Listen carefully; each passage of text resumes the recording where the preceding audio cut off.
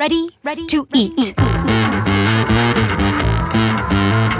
salty, salty, I like it rough. salty, salty, salty, Don't touch my hot pot. salty, salty, salty, Bubbles. salty, salty. Show me what you got. Howdy, y'all. We are rip-roaring and ready to go. Welcome to Hot Pot Potty Podcast. I'm Jen Tatro, and this is Brooke Holman, your host. Today, we have a couple of fabulous ladies from the band Mr. Knobs. They augment electrifying vocals, dramaturgic, which I learned that word recently, lyrics with their unique alchemy of analog and digital sound. Stop in and get ready to dance, weep, and howl to Mr. Knobs' own mystical brand of electronic prog pop. Welcome to the show, ladies. Welcome. Howdy. Thanks for having us. Howdy. We didn't plan this, but somehow we all kind of showed up in some cowboy attire. Let's see those boots. Oh my gosh! I wonder if I could get a good boot shot. Yeah, get the boot shot. Boot shot. We didn't even plan this. I got my boots on too. We got our shit kickers on. We're ready to rock. Grand Ole Opry here. Grand indeed. So, how are you today? You just came off a show last night. How'd it go? Where was it? Tell me about it. Yeah, we played at HQ. It was very fun. That's a great place. I had not been back there since they had a flood. Okay. So they had just repaired, not just, but they were freshly kind of repaired and just a very fun show. They very siphoned fun all the fish in the water out. It was a natural flood. God. Did the sewage back up? Like, what kind of flood are we talking about? I did ask. I think it was a sewage Oh, issue. goodness. The Did you best smell it? kind. No smell. Thank God. They did a Good. good job of removing the smell and the fish. So. Get it out. Get it out. Clean it out. Right. Ozone generator gets rid of smells. Just throwing that out there. Ozone generator. Yeah, Brooke but don't knows. use it for more than 2 hours. Okay. Duly noted. Fumes that just you don't want to inhale for too long. No, not that O3. Well, you have an EP coming out. Can you tell me what the vibe is? Can you tell me how many songs are going to be on it? Give me the goods on it. So our EP's coming out on Valentine's Day because we love love. Nice. And it's probably our most clear account of how we sound currently. So we're very excited about that because we get this feedback a lot after our shows.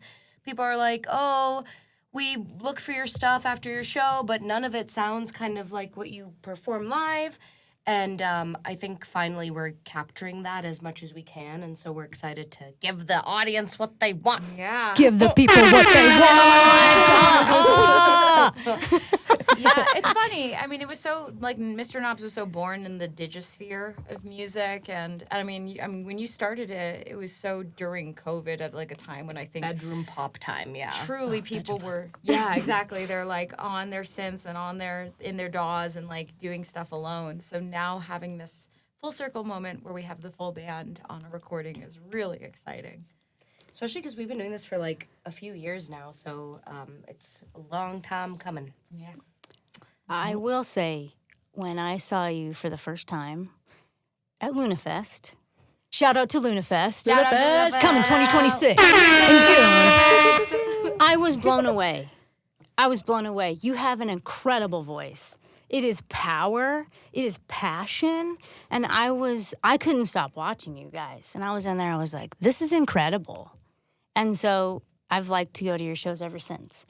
And Brooke wants to know, what do them knobs do? Yeah, tell me about them knobs. It was like, I want to know, since you do have like a lot of digital sounds and everything, and Jen was saying there's like literally a lot of knobs everywhere. Are you using a lot of synthesizers, or how are you getting all of those sounds at once? Yeah, let's hear it. Well, I think our knobs are kind of from the recording part, we do the knobs part, and then live we have less knobs because it's stressful to have a lot of knobs during recording. Hashtag stressful to have a lot of knobs. Stressful to have a lot of knobs during live performance. Hashtag stressful knobs. Stressful knobs.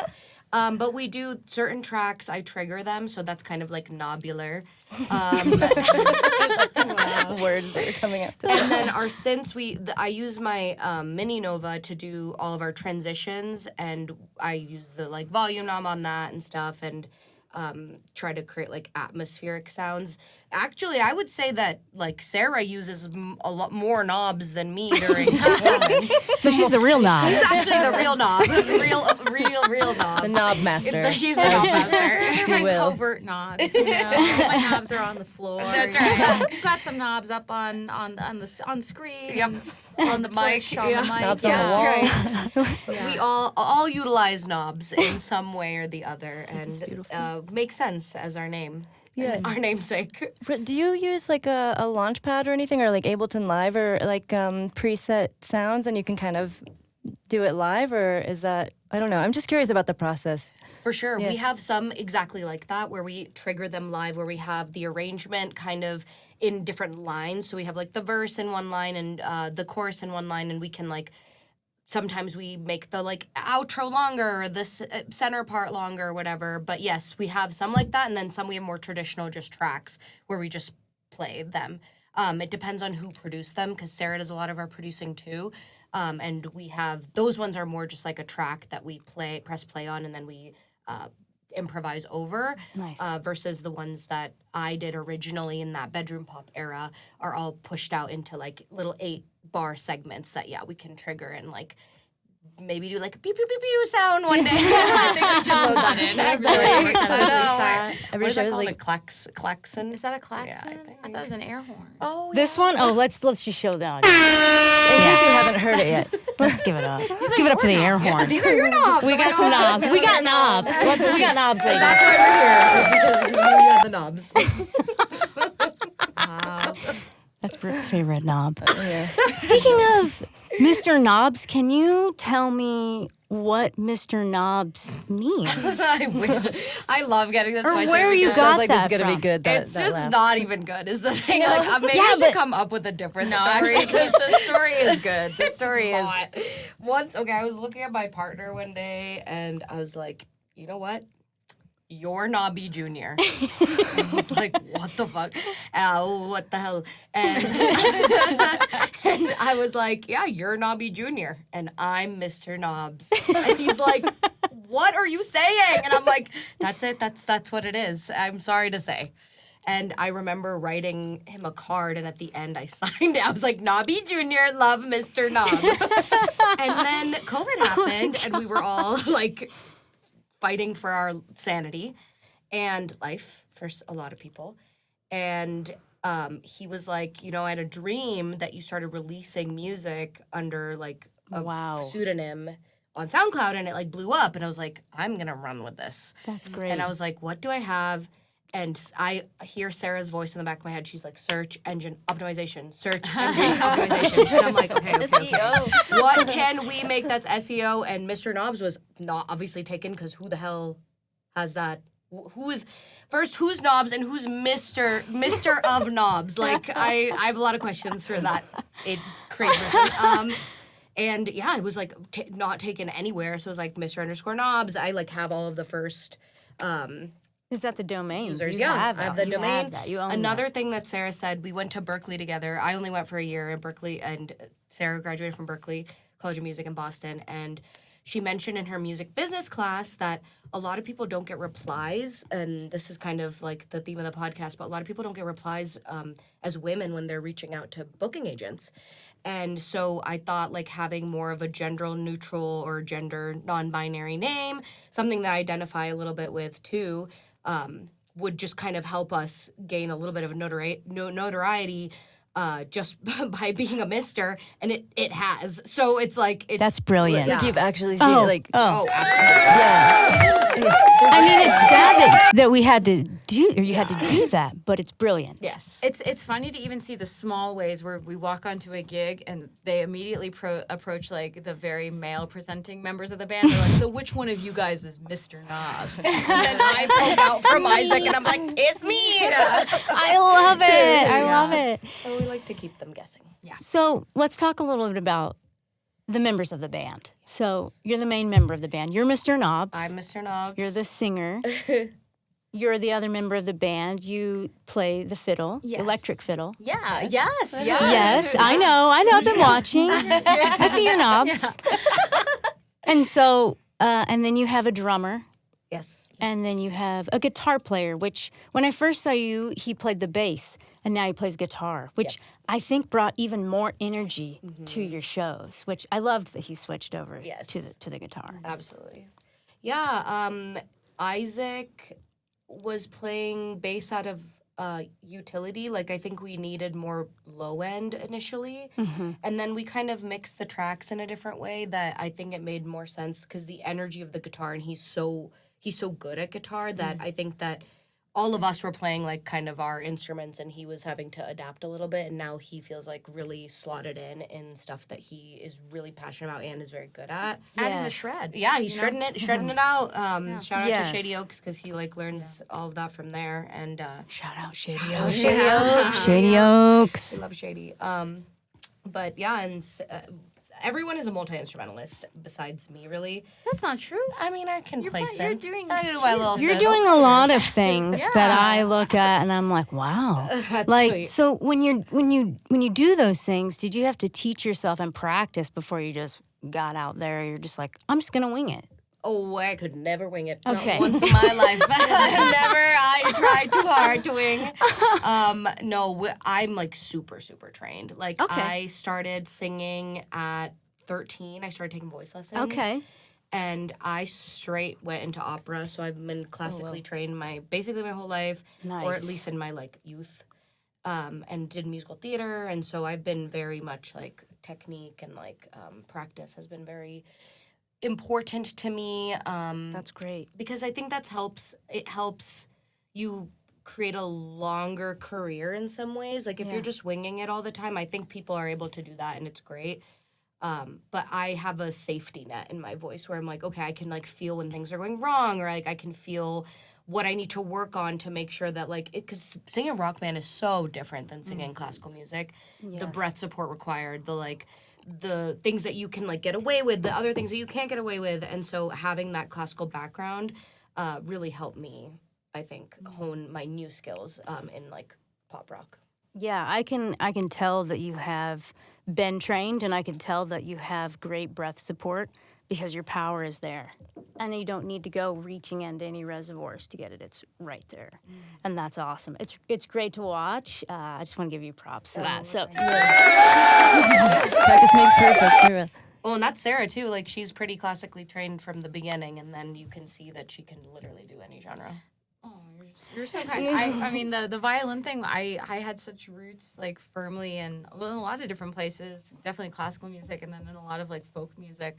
And you start, like, seeing when you're dissecting, like, what's pop, what are all these more commercial genres, or maybe, I don't want to put anything on a pedestal, but genres we see more commonplace, like going to the grocery store or whatever, in rock and pop. And it's like, oh yeah, all of these things are in there too. The classical and the American roots music and blues and folk and it's all there. It's just like it gets sort of dissolved differently into different subgenres of what's currently American popular music. Absolutely, it's all cool stuff. that's amazing. And I want to give you a shout out because on 102.3 yesterday, I was listening to the radio and I heard SBI, and you were singing. Yes. And I was like, this is incredible. So shout out to them. And you both are playing. Are you both playing a show together on that EP release? Show. Yeah. Okay, so on the EP release show at Lost Lake, February 14th, Valentine's Day, they are both going to be night. playing together. Yeah. Bring your Date night. molecule. Get your tickets. Bring your boo. Go see them. Bring your friend. Bring your whoever. Bring Go your along. boo. We got Grandma Nancy and Grandpa your mom. Lou. That's right. Bring your mom. Bring the your FBI. Maybe not. Don't do that. Yeah, don't actually. We hate arts. I want to know if you both, and you can answer this individually. I want to know individually. If you could share a margarita on the beach with any famous female musician from past, present, or future, Well, we can't go into the future. Past or present? Tell me who that would be. I mean, I feel like I'm sitting in front of her right now.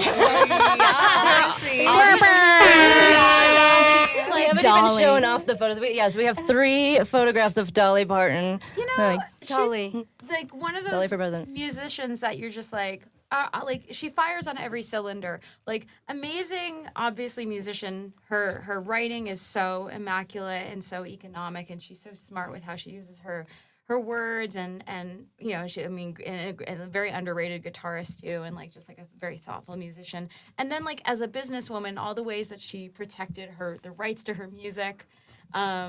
And I don't know. I think it's dope that she has a theme park. Like, I want to go there so bad. Have any of you been to that theme park? We should take a road trip. Yes, should we go?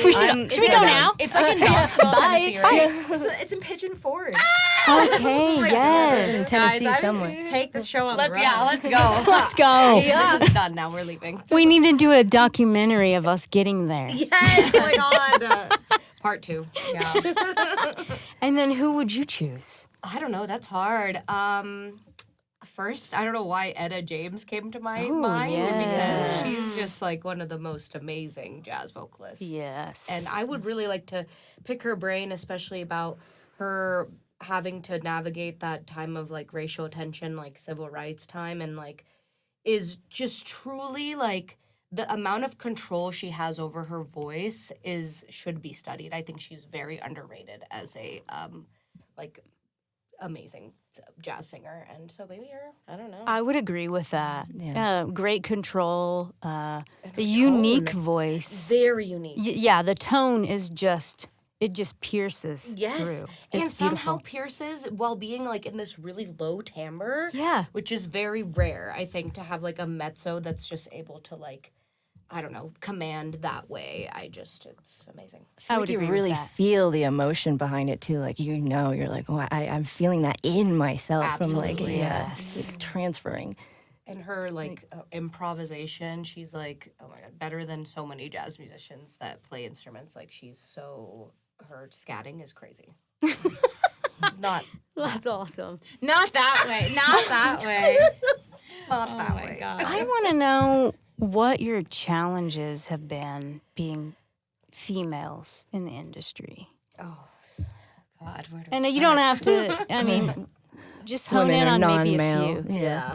Well, I'm actually Grandpa Lou, so. I think one of the things that's like the hardest, like it's sort of the invisible ones that become psychological, because there are all the ways where it's like there are so many obvious ways where it could be like, you wouldn't believe what that jerk misogynist sound guy said to me on a gig, or this or that. But then there are the ways that you're just like, you've been so conditioned into believing I don't deserve a space in this sphere. And so eventually you're like, well, maybe that's actually true. Like, you find yourself apologizing for making art and making music and being present when, like, the men don't have a problem with being there and being present and sharing themselves in the same way that I feel like women and, like, I don't know, like femme socialized, like, people sometimes very much struggle with being like, yeah, I'm proud of myself. I'm proud of the work I've put out. There's a confidence barrier that sometimes feels like I know it's internal, but I'm like, I know this is also the result of years of being told no, or you're not worth it. And being able to like overcome that is some deep, ongoing, lifelong work that I feel like we all end up having to just overcome over a very long period of time. Absolutely. I see that a lot with original music specifically, too. I think that women are more scrutinized for the music and production and, like, not having the knowledge that men are just, like, told that they have naturally, which they don't. No one is born a producer. No one is born a good singer. No one's born a good violin player. Like, everyone is working very hard. And that hard work, I think, it's just, like, the standard for female presenting people or like femme socialized people is so much higher. It's astronomical, especially I've noticed this, and I don't know if you notice this in violin, but especially in singing specifically, because very many musicians, this is just a stat from Berkeley, 75% of the people there were men. 75. Wow. That number may have changed, but when we were there, it was so That's astounding. Yes. hugely male. It was so male. And then you go to the vocal department, and all of the 25% of women, 99% of them are in the vocal department. So, like, you're working and you're having, and then you are kind of encouraged to have this, like, not good relationship with the other women around you because you're constantly in competition with competing. them. Yeah, which is so Yes. frustrating because then no one is winning, and Yeah. the men are still just because they have 10 slots available versus women have one, and then the 99% are competing for the one spot. It's that has been something that's been very frustrating overall in every kind of genre that I try to pursue. Thank you for sharing that. That's one of the reasons why Brooke and I wanted to do this specific podcast, because this podcast is just for women in the music industry. And we want to bring to light these things that are happening in the industry and what's going on behind the scenes. Because, you know, if we don't get it out there, if we don't tell people that this is happening, it can't stop. And it needs to stop. You know, women need to have just as much opportunities as men in the world and in the music industry. Like an invisible issue that just has so much impact on like so many people. I mean, especially women. And I don't know. I also feel like when I was playing, like as a femme presenting person, when you're on stage, I feel like people are like giving more attention to, like you said, scrutinizing and just like waiting for you to mess up or something. And then there's that, I don't know, that just, it's like a weird pressure that you can't really explain or say, like someone said anything to me. Sometimes I do, but like you can feel it. And I feel like a lot of people experience that. And it's, I don't know, I feel like it's good that we're bringing that to light. Like, thanks for sharing those statistics. Yes, thanks for bringing those stats. And I laughed a little bit about some of the things you said, and I laughed because I've experienced that you too. relate. And it's Right. uncomfortable laughter. Yes. It's like, oh, really? Oh, that didn't just happen to you. Yeah, that was me laughing. Uncomfortable. I mean, in a way, it's like, it's nice. I mean, not that I want anyone here to be suffering in that way, but it is nice to know that we all have this like common shared experience because it can feel so isolating. And especially when there are so many instances where I know I'm often like the one girl in the room and the one woman in the room. And like, I'm like, man, I don't know who I could tell about this right now because whatever experience I've had, it feels so alienating, and being able to like have this space is very valuable. And like knowing that other people like y'all have experienced it as well. It's like Yes. solidarity, you know? Yes. And just know that your ideas matter. And they are good. And they're good enough. Yeah. And people need to listen. Yeah. So listen up out there. Yeah, find your inner confidence. You are amazing, despite what you feel or other people are telling you. Like the world deserves to hear your talents and creativity, and yeah, you're good enough. Totally. Yeah. Totally. There's like I feel so often like we're creating, we're doing something, we're making things. You know, there's no cynicism in that. That's such an optimistic, beautiful thing we're giving the world. All of us Say here. like divine almost. Yes. These are things that, like the music that you create, is just going to keep, it's going to carry on. It's like a legacy, Yeah. In a way. Time capsule. It's a time capsule. I'm curious, and you guys can answer this individually, but what your muse is, like where do you find your inspiration? What are the things that you're really passionate about that you express when you're, creating and performing or writing? I think for me, nature is like a huge one. Growing up in Colorado, I feel like I just got very lucky to be able to see the mountains and see the sky change like 10 times in the day, and like just be that kind of passion those visuals are so easily transferable to lyrics and like feelings. So that's a lot of it for me, is I'm very inspired by nature. And like just the relationships in my life, I think are really, I try to put a lot into the relationships of my life, and I feel like those are very inspiring to me. So the people and things, people and scenes.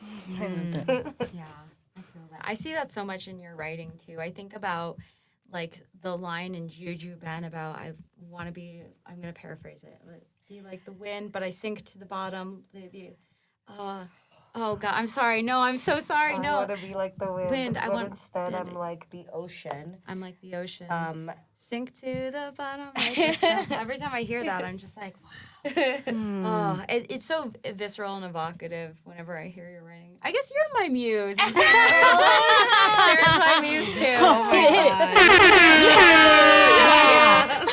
That's like the beautiful thing about I think how we create together too. And like there's not a moment where I'm not thinking of like, how would Vidushi sing this? And like what beautiful imagery will I get from like when I was producing Sheep, I always thought of your voice was like and I mean this in a really good way. I felt like I was like watching a Disney princess movie or something, like that you were like calling out a window and birds were like rushing to you, and, Right. and like a deer like prancing by, like a beautiful forest, and like I don't know.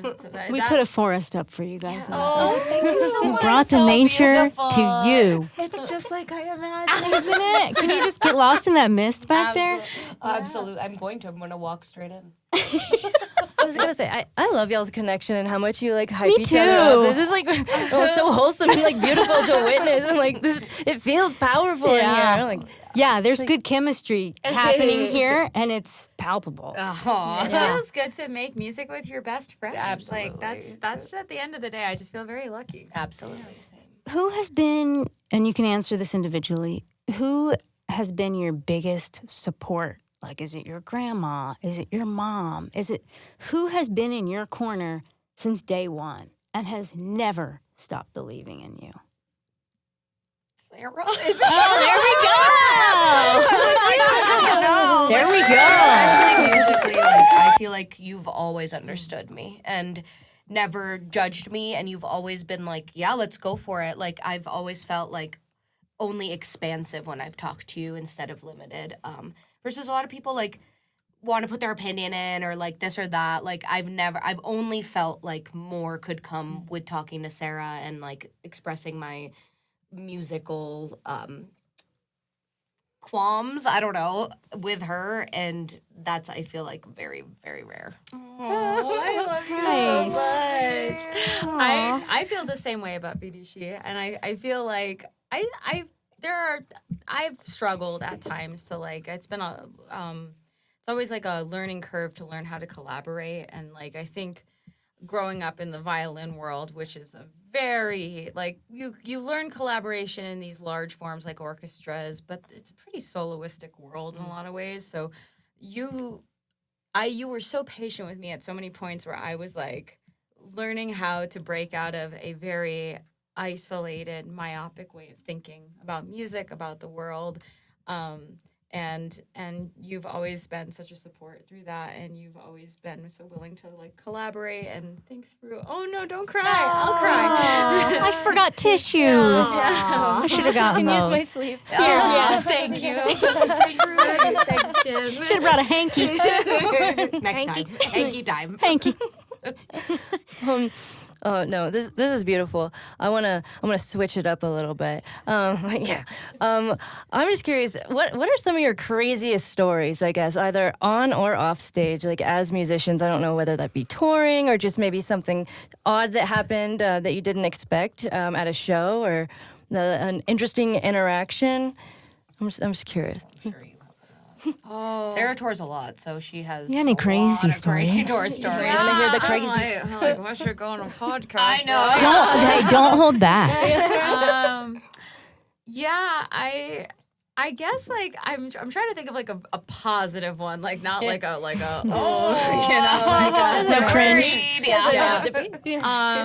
But there are definitely like some really wacky. I feel like getting plopped down in like the middle of nowhere for a show, and like meeting sometimes the locale of a place that you just don't know, and you're like, who is this person? And like, are they gonna pull a gun on me? Oh my God. Definitely had a few of like those on the road at various no. points. But mostly things are pretty good. I feel like seen some zany stuff. I don't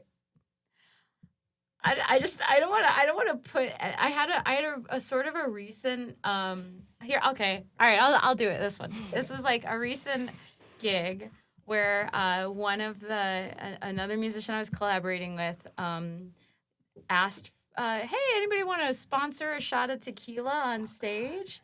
And we think that we might have had somebody throw Visine or something in our. There was a spiked drink thing because we both took Wait, like the contact solution? yeah, or Oh, no. something was wrong. That something was not right. And I had not had a single drink. I'd been the totally normal day, and I took this and I was like, oh my god, what's happening to like I could feel something burning inside of me as soon as I took the shot, and I was like.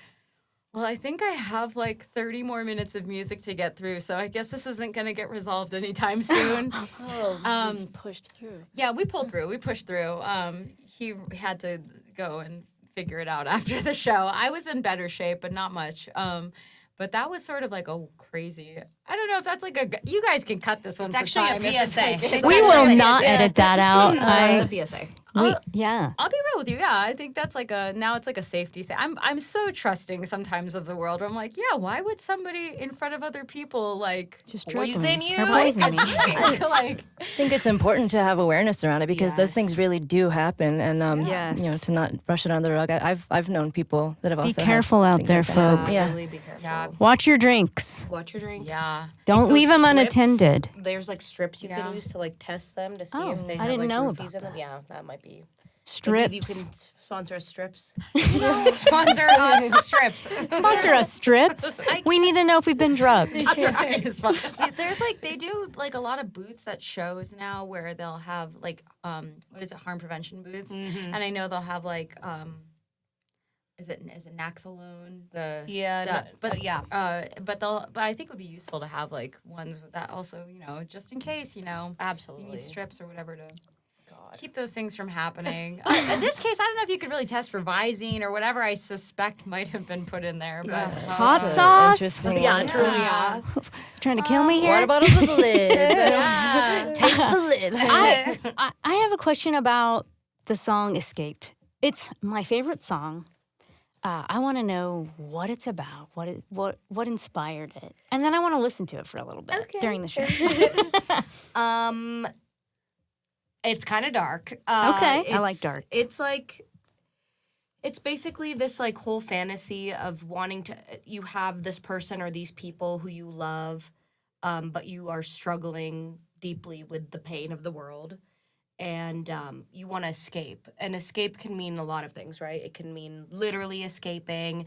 There's some like suicidal imagery in it, unfortunately, but that's just real. I feel like That is real. Yeah, I will never try to like sweeten up that, that is the reality for a lot of us. I've struggled with mental health my whole life, and music is such a good outlet for me to like physicalize a lot of the stress I'm feeling while not acting upon anything in a crazy way. And lyrics, if you can get it to the core of it, like I think Escape does that for me, where it's like, I want to escape with you, fly away, settle on the moon. I want to escape with you and hurtle towards the sun. So like kind of just like pretend like we were never born, like all of these things of just like, but being rooted so deeply in those relationships that you care about, you're like, but I at the end of the day, like it's you and I love you and I want to be with you and I want to leave with you. So like still being encompassed with love and stuff, but knowing like not being able to deal with the pain, but not wanting to leave alone, I guess. If that makes sense. Yeah. It's kind of nebulous. It's like open for interpretation, but that's kind of how I took it.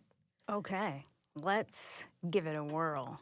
Okay, well, I love that song, by the way. Recorded right here at Dark Yeah. House. Recorded here at out. Doghouse. Yes. Okay, yeah, shout out to Doghouse. That's amazing. We love Doghouse. Doghouse has done so much for the community and for musicians, and that's actually how I met you guys, was here at Doghouse, and that's kind of how I met Brooke. So, yeah, here we go. Go Doghouse. Well, we want to say thank you, ladies, so much for being here, being a part of this podcast, representing women in music.